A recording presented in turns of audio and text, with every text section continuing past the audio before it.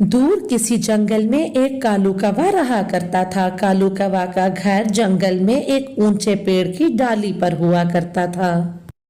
कालू कौवा शादीशुदा था। उसकी पत्नी का नाम गोरी कवि था। गोरी कवि अपने पति से बहुत प्यार करती और उसका बहुत ख्याल रखती थी। लेकिन हमारा कालू कौवा तो सोनी कवि से प्यार करता था और हर वक्त वो सोनी कवि से शादी के सपने ही देखता रहता था। इस कहानी में गोरी कवि का करैक्टर बहुत मासूम है। वो हर वक्त कालू कौवे की बातें मानने में लगी रहती थी।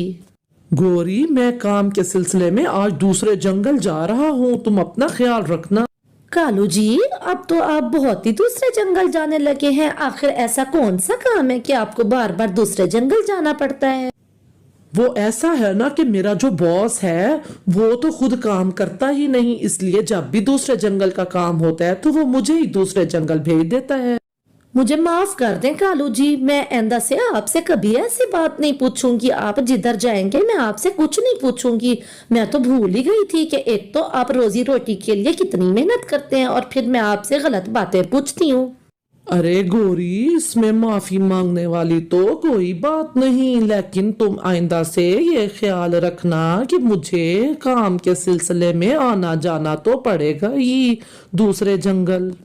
ऐसा कहते हुए कालू कौवा वहां से उड़ता हुआ दूसरे जंगल चला जाता है। गोरी मासूम पीछे बैठी हुई सोचती है, मैं भी बिना सोचे समझे ही ऑल फॉल बोल देती हूँ। शुक्र है तो पति जी को बुरा नहीं लगा, अगर उन्हें बुरा लग जाता तो मैं क्या करती।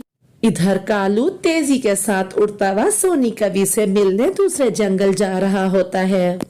दूसरी तरफ सोनी कवि बैठी कह रही होती है, ये कालू अभी तक नहीं आया, थोड़ी देर और इंतजार करती हूँ, उसके बाद सीधा उसके घर चली जाऊंगी मैं भी। अभी वो यही कह रही होती है कि वहाँ कालू आके बैठ जाता है और वो सोनी से कहता है, देखा, मैं कितने ठीक समय पर आ गया, तुम मुझे कोस रही थी ना। कोसू नहा तो और क्या करूं आपको, कब तक हम इस तरह से मिलते रहेंगे? आखिर हम शादी कब करेंगे? अरे सोनी मेरी जान, शादी की इतनी जल्दी भी क्या है, अभी तो प्रेम करने के दिन है। प्रेम करो प्रेम, और शादी में रखा ही क्या है, कर लेंगे शादी भी, पहले प्रेम तो कर ले। वो इस तरह की चिकनी चुपड़ी बातें करता और सोनी कवि हर दफा उसकी इन बातों में आ जाती। वो इसी तरह से ही प्रेम भरी बातें कर रहे होते हैं। साथ वाले पेड़ पे बैठी हुई मैना तोती ये सब सुन लेती है। अच्छा, मैं अभी जाके गोरी कवि को बताती हूँ कि कालू यहाँ काम करने नहीं बल्कि ये सब कुछ करने आता है। वो वहां से सीधा उड़ती हुई गोरी कवि के पास अपने जंगल वापस जाती है और वो गोरी कवि के पास बैठ के सारी बात बताती है। गोरी बहन, कालू कौवा वहाँ कोई काम करने नहीं जाता, वो दूसरे जंगल की एक कवि से अफेयर चला रहा है, मैं खुद देख के आई हूँ। क्या ये कैसी बातें कर रही हो तुम तोती? आइंदा के बाद मेरे पास अगर आना हो ना तो इस तरह की गलत बातें ना करना मेरे कालू जी के बारे में, मुझे उन पे पूरा विश्वास है। गोरी, तुम मेरी बात तो सुनो, ऐसी कोई बात नहीं जैसा तुम समझ रही हो। अपनी आंखें खोलो वरना घर टूट जाएगा तुम्हारा। मेरे घर टूटने की फिक्र तुम्हें बहुत हो रही है। तुम्हें तो मैं बार बार कह रही हूँ कि मुझे अपने कालू जी पर पूरा विश्वास है। आइंदा के बाद ऐसी बातें ना करना मेरे आगे आके, वरना मैं धमकियां दे लो, लेकिन मेरी बात पे विश्वास करो। बस मैना बहन, बस बहुत हो गया। तुमसे मैं कह रही हूँ कि एक शब्द भी और तुमने मेरे कालू जी के बारे में बोला तो मुझसे बुरा कोई नहीं होगा। अब तुम यहाँ से जा सकती हो। मैना तोती वहां से सीधा पारो चिड़िया के पास आती है, क्योंकि वो जानती थी कि कोई कुछ कर सकता है तो वो सिर्फ पारो चिड़िया ही है। पारो बहन, मैं तुम्हें सच कह रही हूँ, मैंने अपनी आंखों से देखा है कालू कौवे को किसी और कवि से प्रेम करते हुए। क्या? अगर तुम ठीक कह रही हो मैना तोती, तो हमें किसी भी तरह से गोरी को इस बात का यकीन दिलाना होगा। अब ऐसा करते हैं कि तुम और मैं एक बार फिर से गोरी बहन के पास जाते हैं और उससे जाके सारी बात बताते हैं। ऐसा कहते हुए पारो चिड़िया और मैना तोती दोनों ही गोरी के घर की तरफ उड़ जाते हैं, लेकिन गोरी तो उनकी बात कहाँ सुनने वाली थी, वो उनको घर से निकाल देती है। मैना बहन, इस तरह से तो गौरी कभी भी हमारी बात पे यकीन नहीं करेगी। हमें कोई दूसरा रास्ता ढूंढना होगा। हाँ पारो बहन, हम ऐसा करते हैं कि एक बार फिर दूसरे जंगल जाते हैं और वहां जाकर उस कवि की खोज करते हैं। उस कवि को हम सब कुछ बता देंगे कालू के बारे में। इस तरह से हो सकता है गौरी का घर बच जाए। हाँ मैना बहन, तुम्हारा आइडिया बिल्कुल ठीक है। चलो हम ऐसा करते हैं, अभी अभी जाके दूसरे जंगल में उस कवि की खोज करते हैं। हम उस कवि को सारी बात बताएंगे और उसको अपने साथ यहाँ ले आएंगे। फिर गौरी जब सबूत देखेगी तब तो वो हमारी बात मान ही जाएगी। इस तरह से प्लानिंग करते हुए पारो चिड़िया और मैना तोती दूसरे जंगल के लिए निकल पड़ती हैं। वो बहुत खोज करती हैं और फिर उसी जगह पे वहां पे छन्ने के पास जाके वो कालू कौवा और सोनी कवि को ढूंढ लेती हैं। वो पास वाले पेड़ पे बैठ के उनकी बातें सुनती हैं। कालू, अब मैं तुमसे कह रही हूँ साफ साफ कि तुम मुझसे शादी कर लो, वरना ये ना हो कि मेरे बहुत रिश्ते हैं, कहीं और मेरी शादी हो जाए और तुम फिर बैठे रहना। अरे अरे, गलत गलत बातें अपने मुंह से ना निकालो। देखो तो मैं आज तुम्हारे लिए क्या लेके आया हूँ। मैं अपनी जानू के लिए इतनी प्यारी रिंग लेके आया हूँ। देखो तो ये रिंग तुम्हारे पंख में बहुत सुंदर लगेगी और कुछ दिनों तक हम शादी भी कर लेंगे। क्या सच में कालू जी? ये तो बहुत ही सुंदर रिंग है। बस ठीक है, अब आप शादी करने को तैयार तो हुए मुझसे। इस तरह से बातें करते हुए फिर कालू कौवा उड़ के वहां से चला जाता है। अरे मैना बहन, देखो तो वो कवि अब अकेली बैठी है। इससे पहले कि वो उड़ जाए हमें उसके पास जाके बात करनी होगी। फिर वो दोनों सोनी कवि के पास उड़ती हुई आ जाती हैं। आप दोनों कौन हैं और आप दोनों को मैंने पहले तो इस जंगल में कभी नहीं देखा।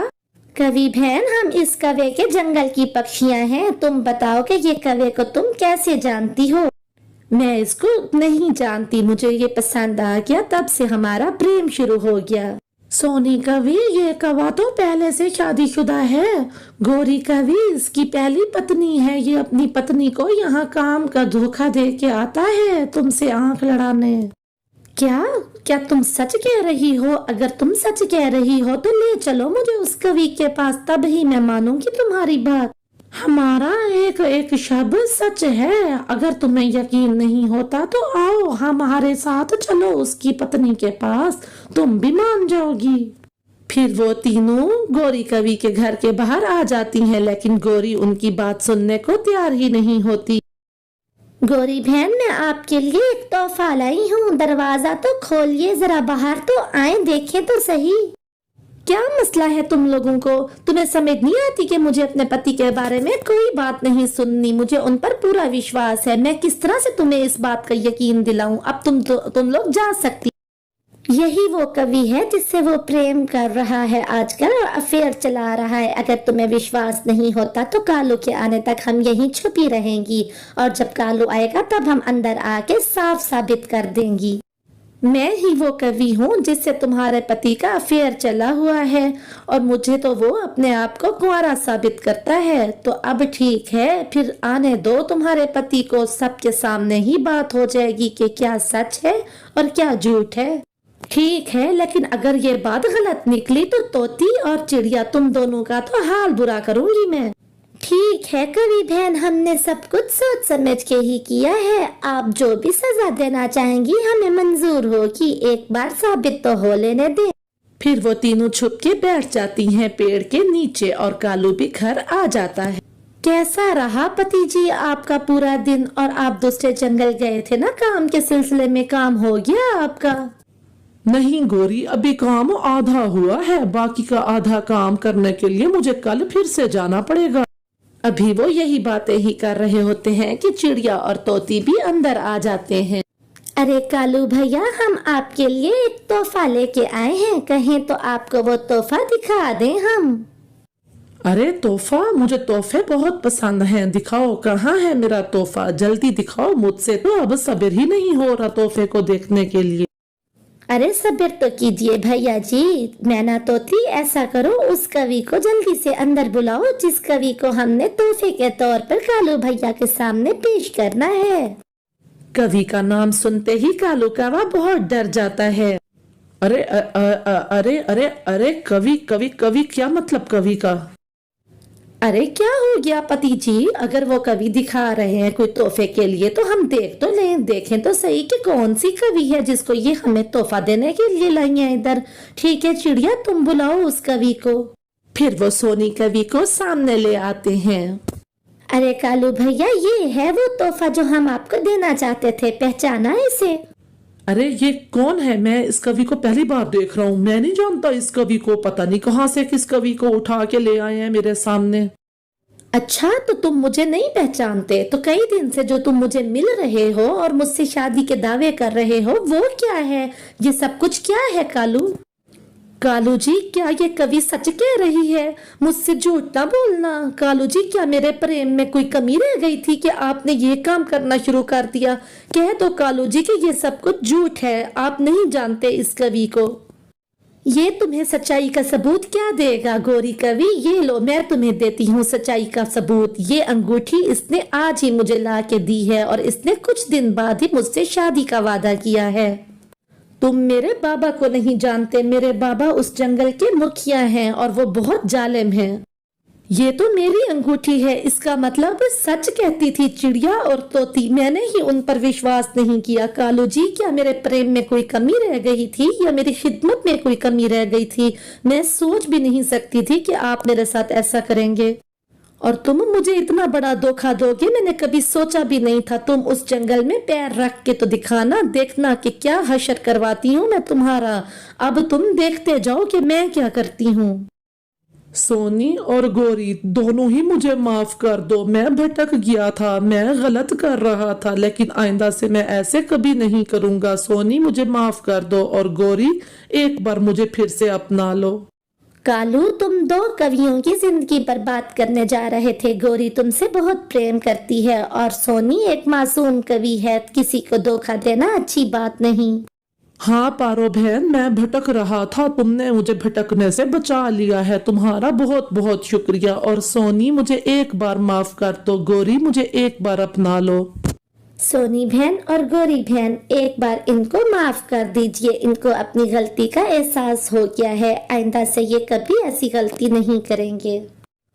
फिर सोनी कवि वहां से चली जाती है और फिर गोरी और कालू फिर से हंसी खुशी जिंदगी गुजारने लगते हैं। जंगल में कड़ाके की ठंड पड़ रही थी। बर्फीली हवाओं ने सभी को अपने घरों में दुबकने पे मजबूर किया हुआ था। चिड़िया की छोटी बेटी बुखार से करहा रही थी। ठंड के कारण उसका छोटा सा शरीर बुखार से तप रहा था। मम्मा, मम्मा, ये ठंड मेरे पंखों को चीर रही है, मेरी तबीयत बहुत खराब हो रही है, कुछ करो ना मम्मा। गुड़िया, तेरा बदन तो आग की तरह तप रहा है। हे ऊपर वाले, घर में तो एक दिन का दवाई भी नहीं है, मैं क्या करूं? उसने खिड़की से बाहर झांका। बाहर मौत बन के बर्फ गिर रही थी, लेकिन एक माँ की ममता ने उसे हिम्मत दी। छुटकी मेरी बच्ची, तू हिम्मत ना हारना, चाहे पाताल से लानी पड़े, मैं तेरी दवा लेके ही लौटूंगी, तू रजाई में घुसी रहना। रानो चिड़िया जैसे ही बाहर निकली, बर्फानी तूफान ने उसका स्वागत किया। ए ऊपर वाले, ये कैसी परीक्षा ले रहे हो? मेरे पंख जमे जा रहे हैं, लेकिन अगर मैं रुक गई तो मेरी बच्ची नहीं बचेगी। कालू भैया का घर पास में है, शायद उनके मन में थोड़ी दया हो। इधर कालू और गोरी आग जला के गरम गरम घर में मजे ले रहे होते हैं। मैंने कितना मजबूत घर बनाया है गोरी, बाकी के पक्षी बर्फ में मर रहे हैं और हम यहाँ बैठ के मजे कर रहे हैं। बिल्कुल सही कहा मेरे कालू जी, समझदारी इसी में थी। अब चाहे बाहर ओले गिरें या पत्थर, हमें इससे क्या। इतने में दरवाजे पे धीमी सी दस्तक होती है। अरे इस समय कौन आ गया तंग करने के लिए? ये भी कोई वक्त है आने का? इस तूफानी रात में क्या मरने आई हो रानो? क्या है, क्यों शोर मचा रही हो इधर? मेरी दुनिया उजड़ रही है कालू भैया, मेरी फूल सी बच्ची चुटकी बुखार से तप रही है। मुझे बस रास्ता बता दो कि बुखार की जड़ी बूटी कहाँ मिलेगी। मेरी झोली भर दो कालू भैया, मैं जिंदगी भर आपकी एहसानमंद रहूंगी। अरे छोटी चिड़िया, तो इसमें हम क्या करें? क्या तेरी मुसीबत के लिए हम खुद की जान जोखिम में डालें? जा, भाग जा यहाँ से। हमें नहीं पता कि कहाँ से मिलती है जड़ी बूटी, जाओ दफा हो जाओ यहाँ से, हमारा समय बर्बाद न करो। वो लाचार रानो के मुंह पे दरवाजा बंद कर देते हैं। रानो का दिल टूट गया, लेकिन रानो ने हिम्मत नहीं हारी। रानो रोती हुई वहां से उड़ के फिर आगे बढ़ी। वो लड़खड़ाते हुए कबूतर के घर के पास जाती है। कबूतर भैया दरवाजा खोलिए, मेरी दुनिया उजड़ रही है, मेरी मदद कीजिए, वरना मेरी छुटकी इस दुनिया से चली जाएगी। आंसू पोंछ लो रानो बहन, एक भाई होते हुए तुम्हें अकेले भटकने की कोई जरूरत नहीं, हम दोनों मिल के ढूंढेंगे जड़ी बूटी। हाँ बहन, दुखी होने की कोई जरूरत नहीं, मेरे पति पूरा आकाश छान मारेंगे, लेकिन वो जड़ी बूटी ढूंढ के ही घर लाएंगे। छुटकी सिर्फ तुम्हारी ही बच्ची नहीं, हमारी भी बेटी है। दोनों बर्फीली हवाओं को चीरते हुए निकल पड़े, एक जंगल से दूसरे जंगल, एक झाड़ी से दूसरा दरख्त, हर चीज देखी, लेकिन निराशा हाथ लगी, उम्मीद टूट रही थी। तभी उड़ते हुए एक बूढ़ी कवि उन्हें ठंड में ठिठुरती हुई बाहर बैठी दिखी। रानू और कबूतर उसके पास गए। माँ जी, इस जालिम ठंड में आप यहाँ बाहर क्यों बैठी हैं?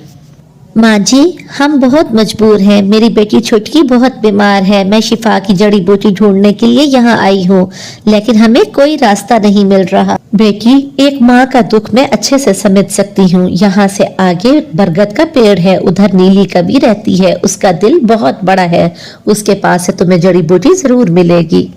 आपका बहुत बहुत शुक्रिया माँ जी। बिना वक्त गवाए वो दोनों वहाँ से उड़ते हुए चले जाते हैं। वो दोनों बरगद के पेड़ के पास पहुँचते हैं, वहाँ नीली कवि बैठी होती है।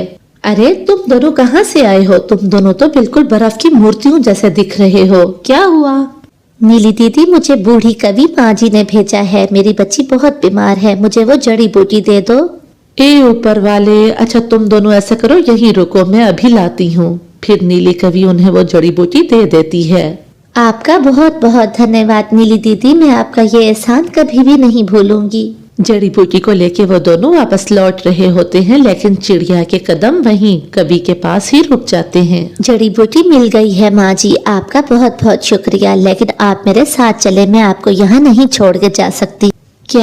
क्या ऐसे लोग भी अभी इस दुनिया में हैं? ये क्या कह रही हो बेटी? मेरे अपने बेटे और बहू ने मुझे बहुत समझ के घर से निकाल दिया और तुम मुझे अपने घर ले जाने का कह रही हो?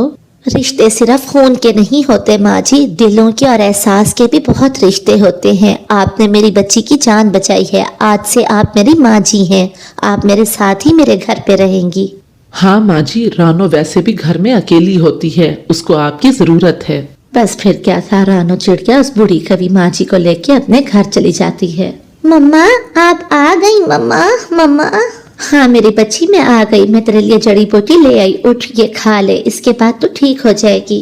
गुड़िया वो जड़ी बूटी खा लेती है और फिर ठीक महसूस करने लगती है। मम्मा, अब मैं बेहतर महसूस कर रही हूँ। मम्मा, ये नानी कौन है? ऊपर वाले ने इनको हमारे लिए फरिश्ता बना के भेजा है, आज से ये तुम्हारी नानी और मेरी माँ जी हैं। अब हम मिलकर इकट्ठे रहेंगे और अब से हम कभी अकेले नहीं रहेंगे। फिर वो सभी खुशी खुशी एक ही घर में रहने लगते हैं।